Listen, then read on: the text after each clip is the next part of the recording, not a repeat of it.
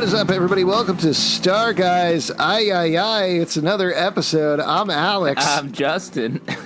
I'm Pete. And this is the bonus episode for Stargirl. Is it, though? Yes. It is. Well, we don't know what we're doing. We only saw the CW. Okay, so hold on. So the CW airing and the DC Universe airings are about the same length this week. We did watch the CW.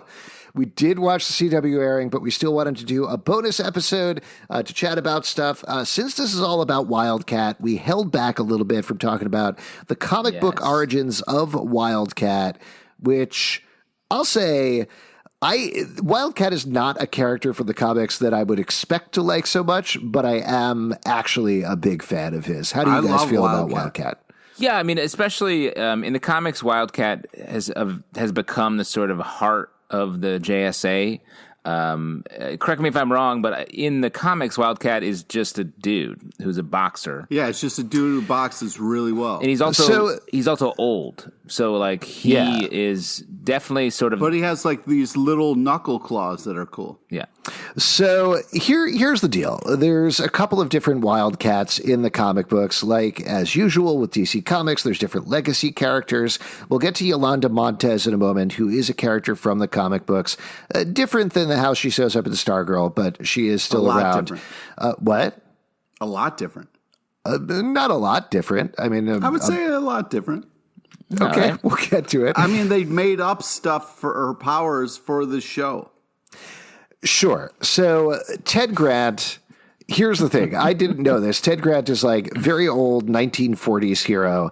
His origin is, and I was looking it up today, his origin was his dad wanted him to be good at sports, so he became good at sports. There you go. That's pretty much it. Nothing more American than that. And he ended up becoming a heavyweight boxer. He idolized this boxer. He trained with him. Eventually, his mentor got killed by some criminals, so he beat up the criminals. And like a lot of the mystery men of the time, he got a couple of wacky sidekicks, went on adventures, solved mysteries, etc., etc. Eventually, he was retconned to be part of the JSA when DC Comics brought everything together and said that there was this team of mystery men who had been around for a while. So he's been traditionally part of it, but as you mentioned, he doesn't really have any powers. However, there is a bizarre thing that happened to him at one point. There was some sort of fight. I might be getting some of the details wrong here, but there was a fight that the devil bet on, I believe, and the devil was trying to curse him to become a cat. In order to save him, Zatara, which is the father, which is the daughter? Zatara's the dad. Zatanna is the daughter. Okay. So Zatara cast a magic spell, and instead of him turning into a cat, instead he got 9 lives.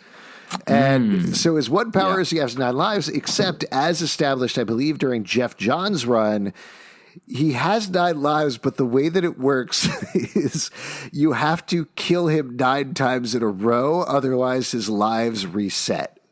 Oh, that's nice. Yeah, which is like pretty cool, honestly. What a weird choice to go and be like, it has to be this way. This is the only way it makes sense for cats. Right. So obviously Stargirl was like looking this up and was like, oh yeah, we're not going to use none of this for this character. Right, of course. I mean, also that's Ted Grant. Other things with Ted Grant, he was dating Wonder Woman's mom for a while. He also dated Catwoman for a while. Makes sense. But basically, like, other than the 9 lives things, he's just a scrappy boxer. Now, he died during Crisis on Infinite Earths, and was replaced by a character named Yolanda Montez, who became the second Wildcat. And she, like Pete was mentioning, had none of these powers, didn't have a mystical costume or anything like that. She did have the retractable claws, though, and I believe, like, just by nature of how she moved, she was a little more cat-like. Like, she was a little more athletic like that. Nimble. Nimble, exactly. Yes. So she expanded on that a little bit.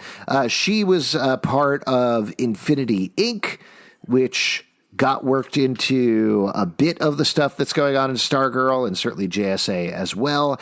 She ended up getting killed by a character named Eclipso, and her brother, I think it's Alexander Montez, ended up joining the JSA as a curator, but secretly to inject himself with Eclipso and trap Eclipso in order to get vengeance for his sister, Yolanda, who was killed by Eclipso. As you do. As one does. We've been there. And I think there's one other Wildcat beyond that, but those are the two main Wildcats. Yeah, I mean, I guess, like, other than calling her Yolanda Montez, giving her kind of a fiery personality, making her a boxer like Ted Grant, and giving her a couple of those retractable claw things, it is pretty much a different character. But I like the Very amalgam. much a different character. I like the amalgam here. It makes the character both like interesting, like the fact that she really got into boxing and used it to exercise her anger with what happened to her, and then she has the suit that gives her the extra superpowers. Very cool. Let's talk about Wildcat Stories a little bit. Yeah, but go ahead, Pete. the problem I had was that all of a sudden the suit was magical, which I had never seen before. Which I was just kind of like, all right, well, I guess this is just for the show, but it's like nobody cares that it's a magical suit, or like they just go to Wikipedia and it's just like, okay, cool. This is all here, so we're not gonna. I wanted to know, like, as a comic book fan, I know things about Wildcat. None of these are true now because they have a magical thing. I would think when we got the tour of the JSA and saw the things that someone would say, like, yeah, Wildcat's suit got blessed by a magical whatever. I don't think I it's think magic. I took it as like a tech suit, right? Me too. Yeah. Who made that then? That suit reminded me very much of the Black Panther suit, where it's just like there's some tech in there and it's doing some stuff. Yeah, but we know why the Black Panther suit does what it's doing. I just, I wanted some info as to why all of a sudden Wildcat's like very different. Yeah, but if you see one of your friends like put on a very cool suit, you're not like, "What's the deal? Where'd you get that? What's going on with that? Who's your tailor?" Oh yeah, that's exactly. You're like, if all of a sudden Zalbin shows up in a zoot suit, I'm gonna be like, I mean, I lost it when he had the 3 stripes Adidas velour suit that one day when we were shooting. Like if he had like a suit on, I'm gonna ask about it. Fair I point. do think there's going to be something in the show about why. We talked about this on the main podcast a little bit, but like why these kids are being chosen for this stuff. Like, why did the staff choose Courtney? Why was Yolanda right to be Wildcat? It feels like it can't just be random choices happening. There needs to be more of a sense of legacy and more of a connection there. We might just not know it yet. yeah. Okay, but do you think they'll pay off the magical suit? Who made it? Yeah. Maybe. I think it was more an excuse of like, how you're giving her a Ted Grant suit. He's a big dude. Do we need to have another montage sequence where Courtney wrecks an entire home ec class? Probably not. Yeah, probably not, because that drove me insane. Because she didn't even I feel like it's go back to fix those. I feel like the original Wildcat had just a regular suit, and then this was someone else in the JSA, like a Dr. Midnight perhaps, was like, hey, I made you this cool suit, and it fits you. Yeah, there you go. Let's talk I didn't about know some of... Dr. Midnight had suit powers. My bad. Yeah, he does. That's canonical in the comic books. Speaking of comic books, let's talk about some of our favorite Wildcat stories. This is one that I wanted to call out first. So I was reading through all of the JSA stuff that Jeff Johns and David Goyer did. I think it's issue number 12. I'm looking at it now. It's the 3rd volume or 2nd volume, Darkness Falls. There's an issue where the rest of the JSA is out fighting Obsidian or some other supervillain or something like that. And Ted Grant is just at home. He's chilling out in the bath, and then the Injustice Society attacks their headquarters, and it's just him initially in a towel fighting the entire JSA for an issue all by himself, and it's great. Like, if you want to read a perfect just Wildcat being like geez, I'm just a regular guy way in over my head story. It's such a good one. Yeah, those are always the best. Like I'm trying to think what cosmic story. I mean, I guess in one of the crises, like where they sacrifice themselves, he's there being like, yeah, let's throw ourselves into this thing so we can be at the dawn of the creation of the DC universe. And seeing Wildcat above all of the other members of the JSA in these intergalactic situations is like, I'm just a palooka. I don't know what I'm doing. Like, those are the best Wildcat stories to me. Pete, do you have any? Or you're still looking up yours, right? Yeah, I had asked you before if you would let me look it up, and then you didn't give me fucking time, so I didn't. All right, I'll talk about something else. The other one, we talked about this actually at The Stack podcast a couple of weeks back, so you can go looking for it. But we talked about DC: The New Frontier by Darwin Cook, and Wildcat isn't a big part of that, but it does play into some great scenes where there's some boxing in Vegas. And doesn't he fight Muhammad Ali in that? He does, that's right. Yeah. And it's so good. And I think you talked about this, Justin, at the time when we were talking through that book. But one of the things that's so good about it is he doesn't have any powers. He's just boxing. And he's like, geez, this guy's beating the crap out of me. But you know what? I'm Wildcat. Bam. And that's pretty much it. And it's great. It's a Wildcat, great story. created by Bill Finger, the same person that created Batman. There you go. Bill Finger and Erwin Hazen. Love a good Finger Hazen combo. Yeah, a good Finger Hazen. Did you find out what it was, Pete? Do you have any ideas? We can help you. Yeah, it's there's this one where it's Jeff Johns JSA number 4, where like Wildcat's given like a noogie to the other Wildcat.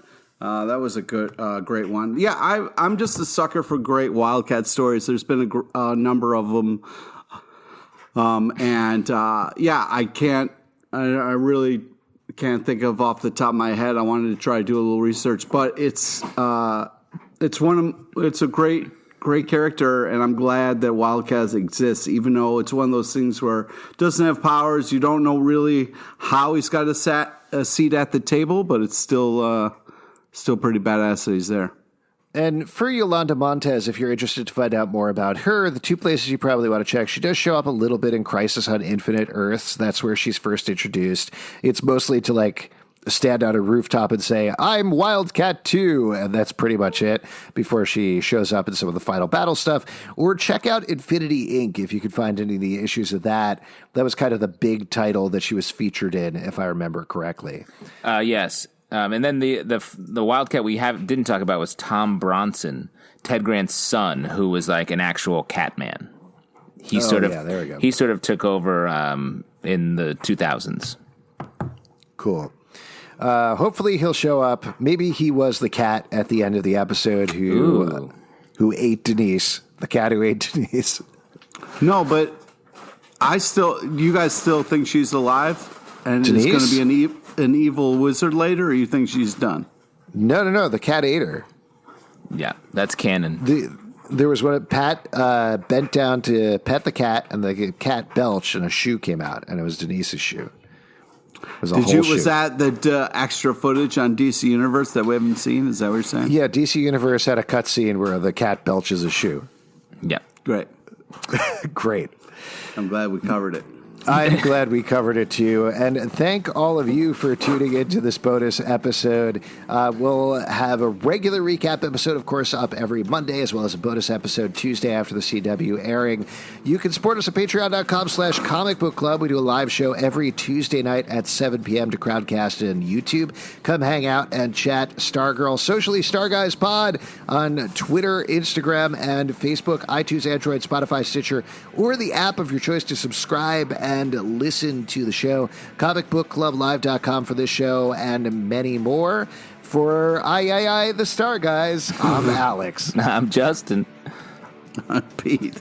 Goodbye. Be the Wildcat you are.